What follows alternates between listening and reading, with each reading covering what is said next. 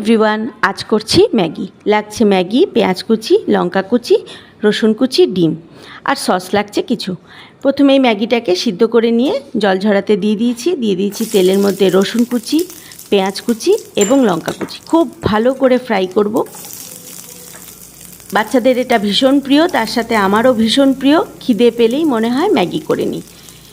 এইবার আস্তে আস্তে সেটা পেঁয়াজ ভাজাটাকে তুলে নিয়ে দিয়ে দেবো তেলের মধ্যে একটা ডিম। এটাকেও বেশ খানিকক্ষণ ধরে ভাজবো। দিয়ে দিলাম তার মধ্যে গোলমরিচের গুঁড়ো।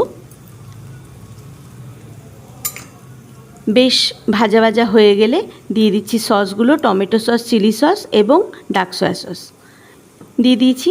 এবার পুরো ডিমটা স্ক্রাম্বলড হয়ে গেছে, দেখুন এইভাবেই স্ক্রাম্বল করে নিতে হবে। এবার দিয়ে দিয়েছি পেঁয়াজ ভাজাটা। এবার অ্যাড করে দেবো ম্যাগি আর ম্যাগি মশলা।